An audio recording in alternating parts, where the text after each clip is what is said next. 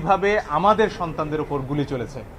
আল জাজিরার একটা ছবি, সেনাবাহিনীর সদস্যরা অটোমেটিক রাইফেল নিয়ে শুয়ে পড়লেন লাইন দিয়ে, তাদের 20 গজ দূরে নিরস্ত্র সাধারণ মানুষ, আমরা, আমার দেশের জনগণ, তাদের দিকে সেমের অটোমেটিক রাইফেল থেকে গুলি চলল।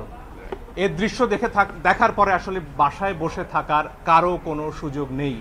আমাদের যার যার অবস্থান থেকে প্রতিবাদ করতে হবে এবং একজন আইনজীবী হিসেবে সেই কাজটি করার জন্য আজকে আমরা আদালতে এসেছি। আমরা আদালতে বলেছি নিরস্ত্র প্রতিবাদকারীদের উপরে গুলি চলতে পারে না, যেটিকে ইংরেজিতে লাইভ রাউন্ড বলা হয়, সেটি করার কোনো সুযোগ নেই।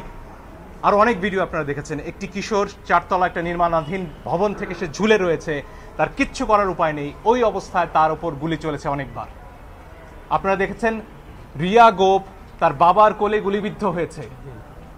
আরেক শিশু, সে তার চোখ দিয়ে গুলি ঢুকেছে, মাথার পেছন দিক দিয়ে বেরিয়ে গেছে। জিজ্ঞেস করুন সে কোথায় ছিল? তার বাসায়, ঘরের ভেতর, জানালা দিয়ে বাইরে তাকিয়েছিল, এই তার অপরাধ। এই জন্য আমরা স্পষ্টভাবে বলেছি যারা আন্দোলনকারী তাদের উপরে লাইভ রাউন্ড অর্থাৎ গুলি ছোড়া চলবে না। আপনারা প্রয়োজনে টিয়ার শেল ছুড়ুন, লাঠিচার্জ করুন, রাবার বুলেটও ছুড়ুন, তাতেও বহু মানুষ অন্ধ হয়েছে হয়তো, সে খবর আপনারা দেখেছেন, এত কাছ থেকে রাবার বুলেট ছোড়া হয়েছে। ফলে এই বিষয়গুলো সামনে আসতে হবে। আমার নিজের অভিজ্ঞতা আমি বলতে পারি, আমি ধানমন্ডিতে যখন হাঁটছিলাম আমার দিকে 2 রাউন্ড গুলি করা হয়েছে।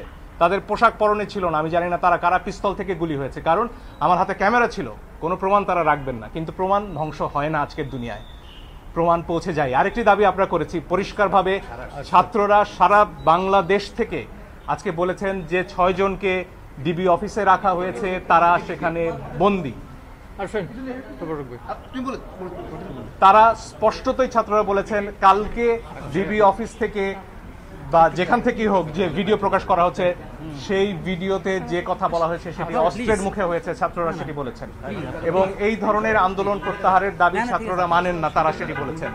আইনজীবী হিসেবে আমার কথা হচ্ছে, যখন গোয়েন্দা প্রধান বলেন যে নিরাপত্তার প্রয়োজনে তাদেরকে তিনি নিয়ে এসেছেন এবং সেখানে তাদের খাবার দাবার করার ছবিও, খাওয়া দাওয়া করার ছবিও প্রচার করা হয়, তখন আমার কথা হচ্ছে হাসপাতাল থেকে একজন মানুষকে, একজন নাগরিককে কিভাবে তুলে নেওয়া হয়, কোন আইনে? আদালতে আমরা এই প্রশ্ন করেছি। আপনারা নাইমের ক্ষতবিক্ষত শরীর দেখেছেন, তার গায়ে পিটিয়ে কি অবস্থা করা হয়েছে পত্রিকায় এসেছে।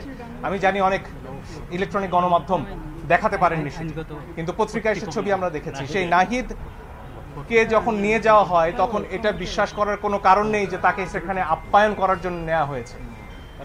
ফলে আমরা আদালতে বলেছি এই 6 জনকে অবশ্যই আদালতের সামনে আনতে হবে এবং তাদের কাছ থেকে জানতে হবে যে তাদেরকে কি আটকে রাখা হয়েছে নাকি তারা স্বেচ্ছায় ডিবি অফিসে বেড়াতে গেছেন। এই প্রশ্নের উত্তর আমরা সবাই চাই।